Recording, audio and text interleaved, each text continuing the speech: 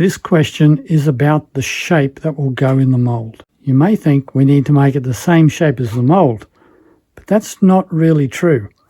We don't need to make this round, and we don't need to make this one square.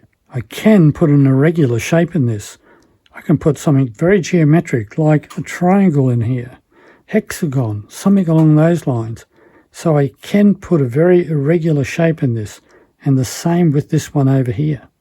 The only problem with irregular shapes is potentially how they slump. A geometric triangle here will be fine, but if I've got something that's just got very irregular shape and it's touching in just a couple of places, depending upon the glass in it, it may slump in a very irregular way.